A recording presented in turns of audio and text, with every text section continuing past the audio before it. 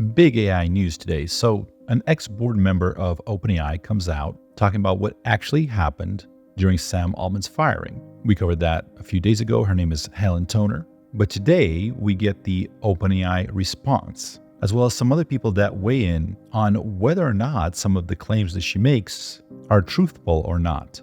So let's take a look at that. But before we do, take a listen to this 30-second clip of Eliza Yudkowsky and tell me, do you agree with what he's saying?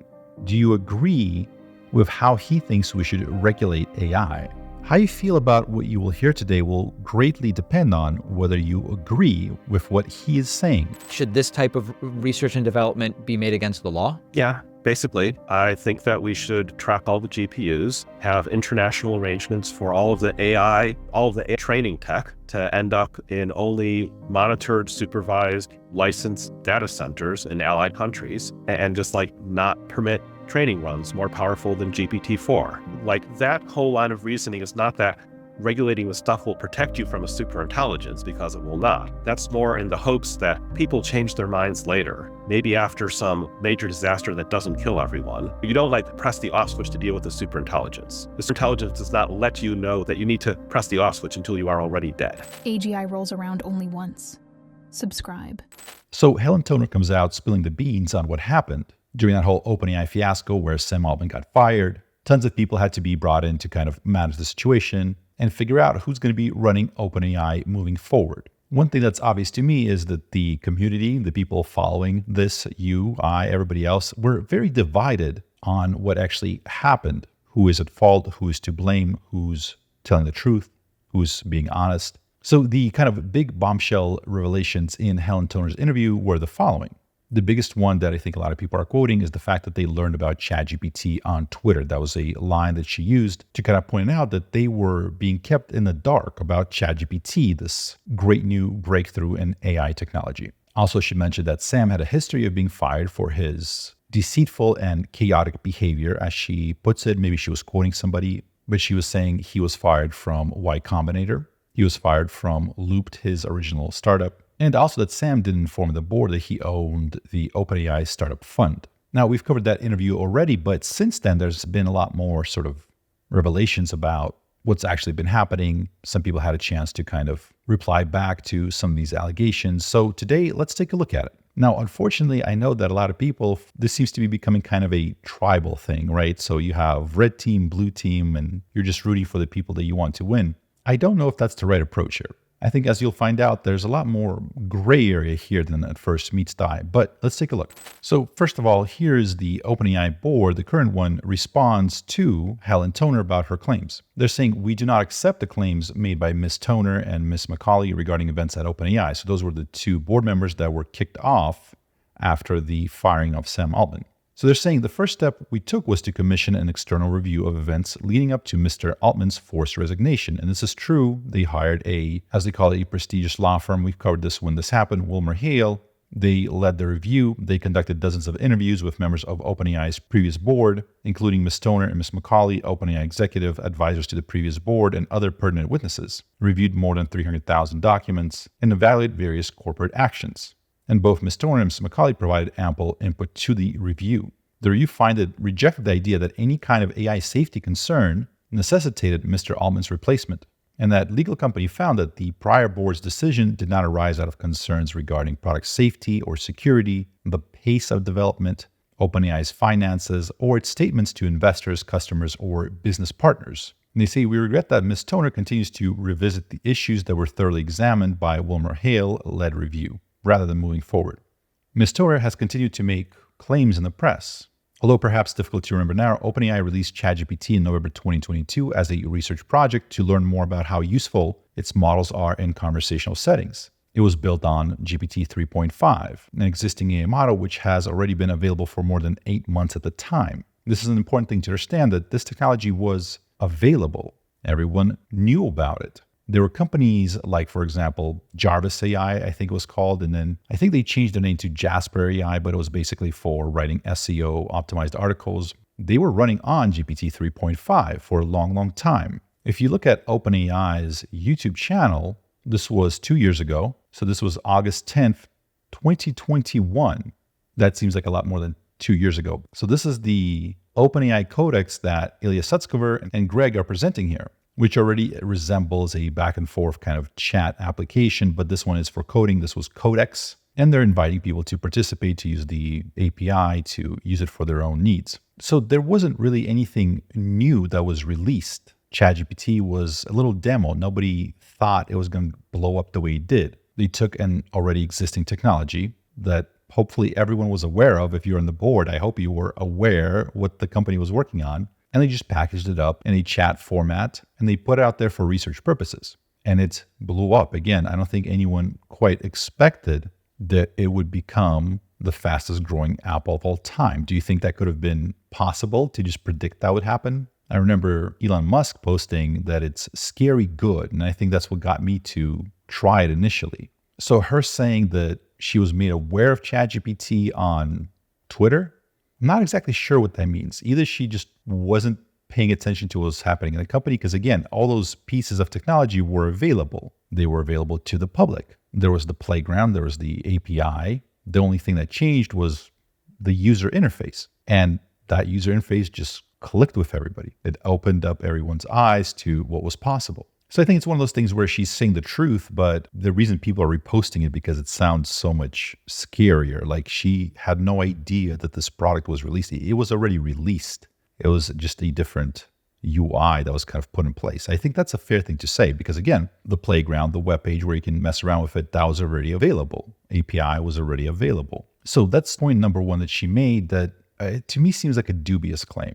It's either made to sound sensational when it's really not. I'm not sure, but it just, something about it feels a little bit fishy. But let's continue. She also said that Sam Altman was fired from Y Combinator for his deceptive and chaotic behavior. So yesterday, tons of newspapers popped up with their stories about how Paul Graham fired Sam Altman from Y Combinator. So Graham, who was something of a mentor to the young tech guru to Sam Altman, flew from the United Kingdom to San Francisco to personally give his protege the boot to fire him. Here's the Washington Post. Altman's polarizing past hints at OpenAI's board's reason for firing him.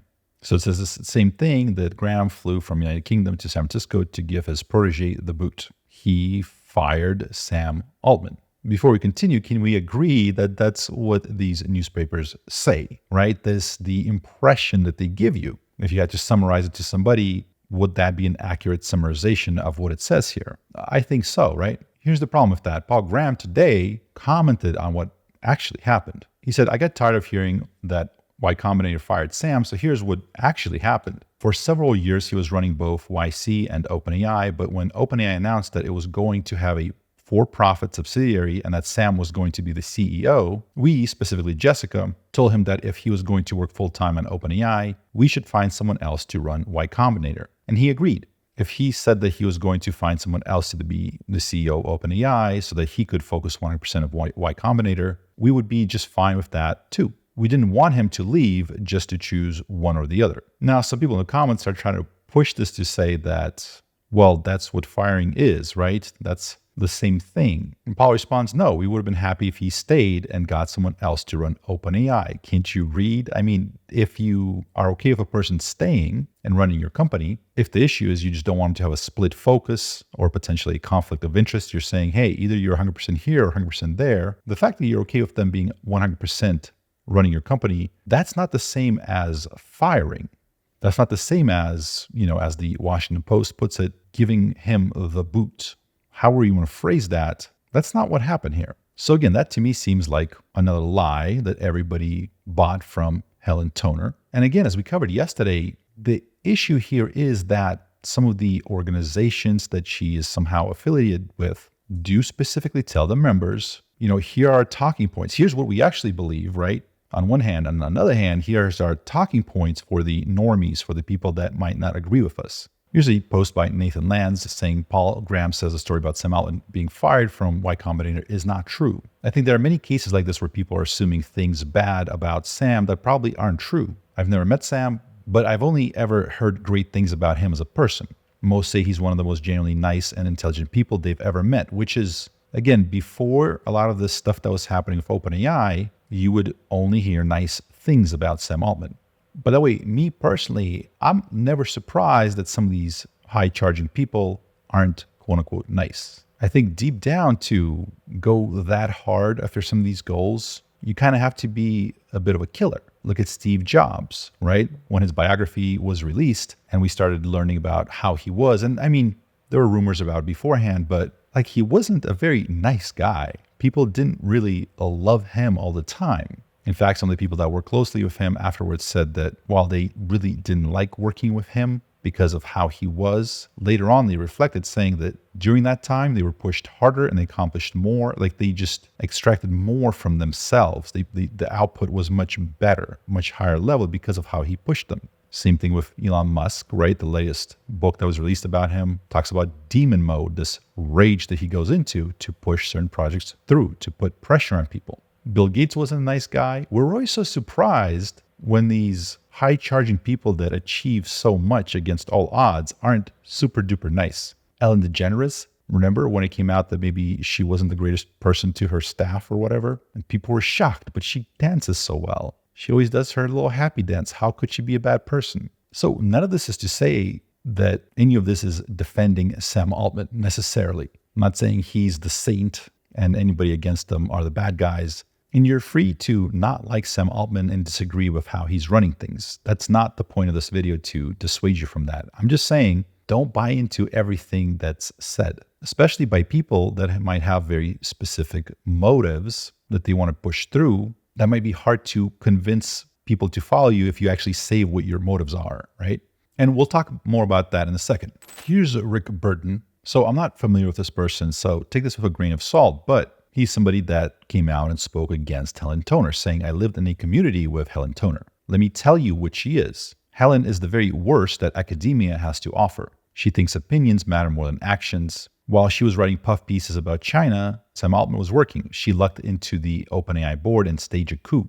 Helen Toner has destroyed value. She has created nothing of value. She's not open to open debate. And now she's using her dying voice to hurt Sam. Helen completely misunderstood what a board does from day one. It is there for quarterly oversight and acting as a check on the CEO. She never gave feedback to Sam. She just tried to fire him. This is not what a competent board does. They work on the problems. Again, as she talks about in the interview, they assume that Sam, if he heard about the firing, if he got any word about it, he would try to counteract it somehow. So they purposely set up it in such a way that he would not have any knowledge of it. They didn't warn him. They didn't talk to him. They, as far as I can tell, never tried to work the problem out. Also, again, if a board there is for quarterly oversight, then yeah, they're probably not reporting to her every UI change or every release of an app. She must have known about GPT 3.5 or GPT 3 before it, because it was there 8 to 10 months before the release of ChatGPT, which again was more of a UI change. I know it seems big to us now,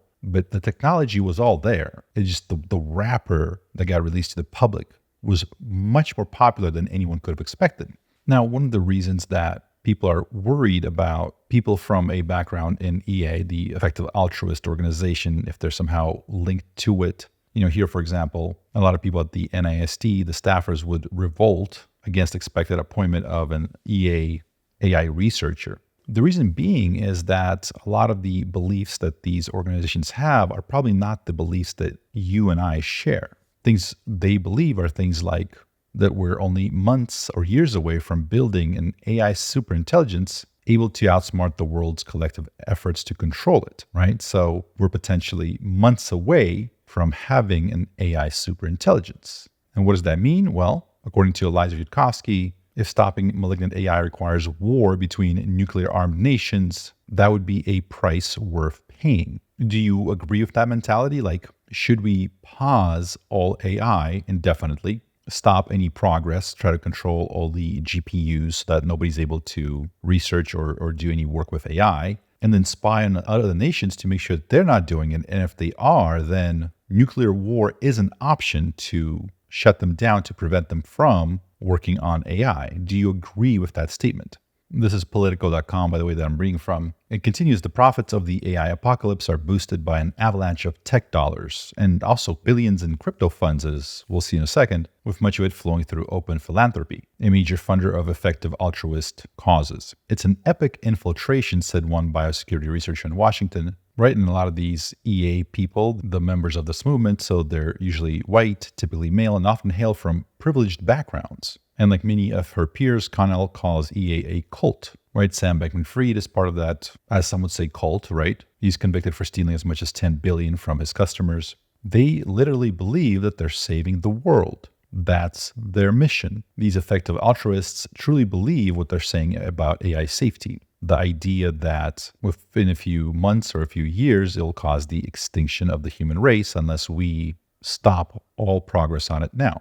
And this is the problem with all of that. And this is the thing that I hope more people understand, is that they refer to themselves as being part of AI safety. They've kind of hijacked that term. Instead of saying they're AI doomers, AI apocalypse, Terminator 2, AI is going to turn us all into paperclips, they say AI safety, which is a problem because, as many longtime AI and biosecurity researchers in Washington say, there's much more evidence backing up their less than existential AI concerns. While most acknowledge the possibility that existential risks could one day emerge, they say there's so far little evidence. Is there any evidence? But they're saying there's little evidence to suggest that future AIs will cause such a destruction, even when paired with biotechnology. The point here is that we have much more pressing concerns than Terminator robots marching down the street. Yes, we need to be cognizant of that. Yes, we need to make sure we're not ignoring the risk of rogue AI, et cetera. But as AI is coming into the various software, various businesses, various government organizations, we have very pressing, very real concerns about how it's going to be used. And these doomsday scenarios are corrupting that conversation. They're leading us away from actual things that matter. It's like, imagine if you're trying to regulate cars and auto safety. Things like seatbelts, making sure that you have enough lights, crumple zones, etc., like the safety features of automobiles. But there was this other group that was slowly taking over Washington that actually defined auto safety, car safety as, no, we have to get rid of all cars forever because cars are dangerous. So while the normal, reasonable people are trying to make cars safer, the other people are saying, we also want to make cars safer, but their goal is actually just getting rid of all of it, because they have this belief that one day cars will rise up and kill everybody or whatever. You probably don't want those people making the regulations.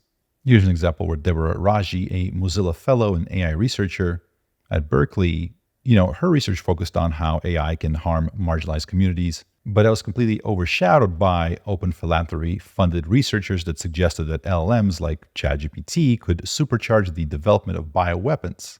And so Raji's saying, well, if you just look online for a second, you can find all that stuff on Google. The fact that you can get the LLM to regurgitate that stuff if you try hard enough, there's nothing exceptional about it. But her research is left in the dust because she doesn't have the funds that these other researchers have that are concerned about an AI doomsday scenario. As EAs bring their message to virtually every corner of the nation's capital, experts are warning that the tech-funded flood is reshaping Washington's policy landscape, driving researchers across many organizations to focus on the existential risks posed by new technologies, often to the exclusion of other issues with firmer empirical grounding. As another researcher puts it, I don't want to call myself AI safety. That word is tainted now, right? They want to call themselves something different, like systems safety, systems engineer, right? Because saying AI safety now might link them to this cult-like organization concerned about things that, again, don't really have too much proof behind them. By the way, the founders of Anthropic used to consider themselves part of EA. Now it seems like maybe they're kind of trying to distance themselves away from that movement. Here's Steven Pinker, cognitive scientist at Harvard, saying it's upsetting to read how the shift in EA from saving lives in Africa, because again, that's where they started, trying to do good for the world, for humanity, reduce poverty, reduce suffering, etc. So from saving lives in Africa to paying brainiacs to fret about how AI will turn us into paperclips may not have been mission drift, but bait and switch. EA's core idea is still sound, and some of its charities are praiseworthy. I hope the movement regains its bearings.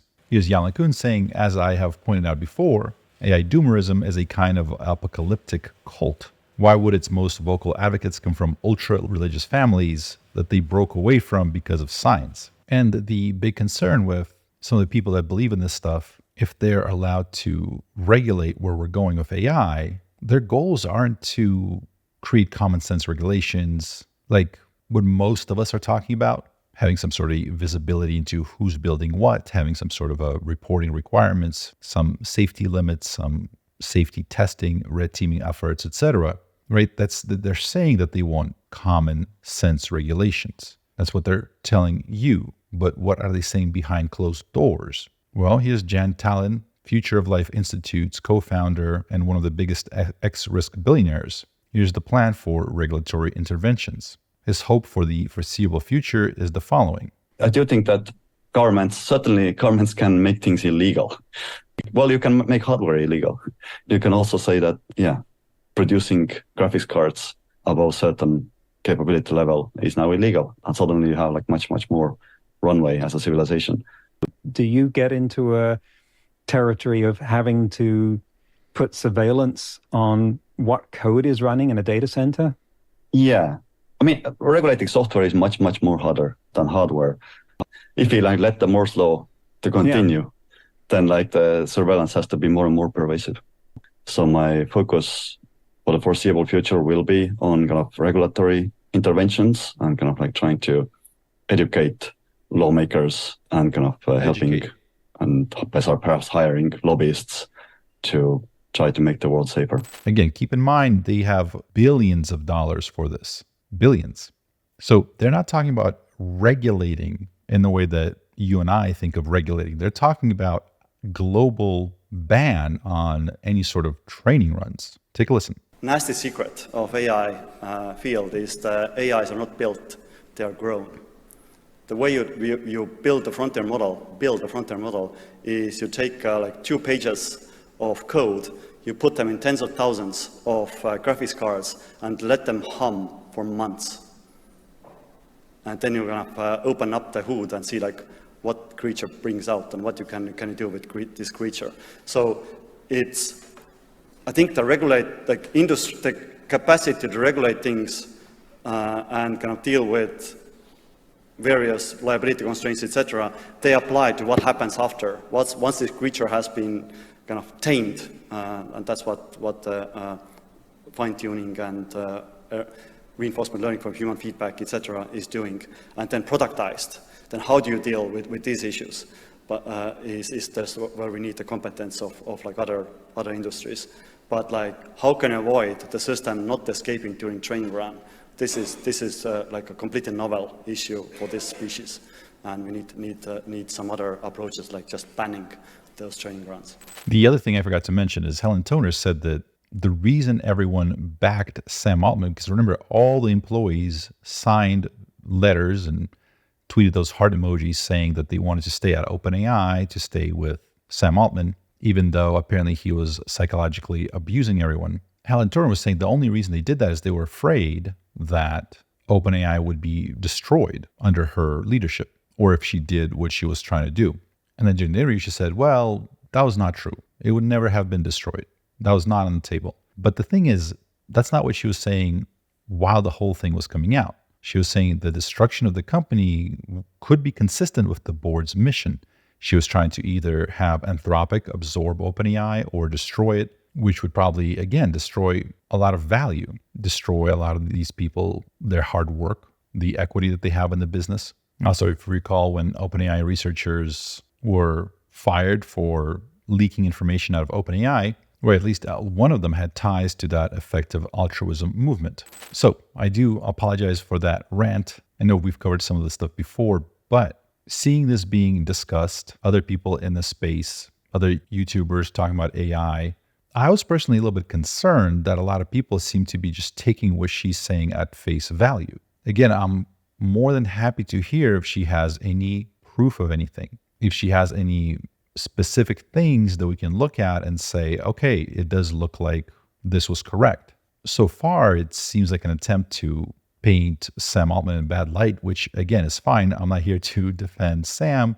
You might not like him. You might prefer that somebody else succeeds with AI, maybe Elon Musk or perhaps Google or Anthropic, or I know a lot of us, myself included, we believe in open source. We think open source AI is an important technology. Obviously comes with some risks as well, but does have a lot of upside. So for example, open sourcing some of the cybersecurity technology, or at least people getting together and sharing what they learn about cybersecurity, helps everyone be more secure, right? If every company just kept what they knew to themselves, everyone would be more exposed, more vulnerable because they aren't sharing their knowledge. With open source, everyone can contribute to the knowledge, potentially helping prevent vulnerabilities and stuff like that. But it's important to understand that whatever your views on any of these companies are, that some of the voices that you're hearing come from this small minority of people that want everything shut down, that want some sort of a global surveillance on GPUs, limiting how advanced our chips can be, hitting the pause button indefinitely. And as you've seen, even potentially going after other countries with nuclear weapons. So two nuclear powers duking it out to prevent the development of AI. I don't know about you, that seems a little bit crazy, doesn't it? We know we can destroy the Earth however many times, dozens of times over with the nuclear weapons that we have. Takes a few bad decisions and everyone's gone. But they're willing to flip the coin on that to make sure that, AI doesn't get developed. I don't think this is a very rational perspective. This is very cultish. This is from the blog of Vitalik Buterin. So he contributed close to $1 billion to some of these causes. So he's the person behind Ethereum, became very wealthy, bought some Dogecoin or some doggy coin. And when it did very well, it skyrocketed, he decided to, hey, let's throw $1 billion to these guys. But based on his writing, and he kind of addressed this, I don't think he necessarily is aligned with them. He's not part of that AI doomer mentality. And here he kind of describes the world as he sees it. And his first image here, you have the anti-technology view, right? If we move forward, the future is dark, scary, it's bad. Technological progress is bad. And safety is behind us. So dystopia ahead, safety behind. We need to stop progress. We need to unwind the technology, the AI, etc. And then there's the accelerationist view that there's dangers behind and utopia ahead. So the idea is that technological progress will help improve the world, humanity, etc. And if we don't, we do have dangers behind. And so I think the EA seemingly adopts this kind of anti-technology view, or at least anti-AI. And of course, we have the accelerationists saying, full steam ahead, let's go. In his view, he's describing more as, yes, there are dangers behind, so we have to progress. But we also have multiple paths forward ahead, some good, some bad, which I think is very reasonable. So with that said, my whole point in this is don't just approach this from a stance of, is OpenAI good or bad? Is Sam Altman good or bad? Should we have AI safety? I think most people would agree AI should be deployed safely. There's a lot of different bad things that can happen. We need to be very careful on how we approach it. During the development of the nuclear bomb, someone suggested there's a chance that the explosion will trigger a chain reaction of the entire atmosphere basically getting set on fire, right? A fiery death for the entire world, right? And that triggered an investigation into it. People looked into it. They tried to figure out what's the chance of that happening. They logically looked at that potential X risk. The smart people who knew what they were talking about, who had field expertise, who had education and training in that particular field, studied that question and came up with solutions. That's how it should be. We do the same thing when we roll out any technology. New cars, new drugs, new electronic devices, new kids' toys. There's laws and regulations in how we produce those. That's very reasonable. No one's here is against that. But if there are people out there that are convinced that we need to start nuking other nations out of the face of the earth, if they're developing AI, that think that we should monitor all hardware, all GPUs, all software, to ban training runs, to create a global surveillance system to make sure none of that happens. I hope you agree with me that maybe, just maybe, we shouldn't let those people govern and regulate the world, right? That's not so crazy. I hope you agree. With that said, my name is Wes Roth, and thank you for watching.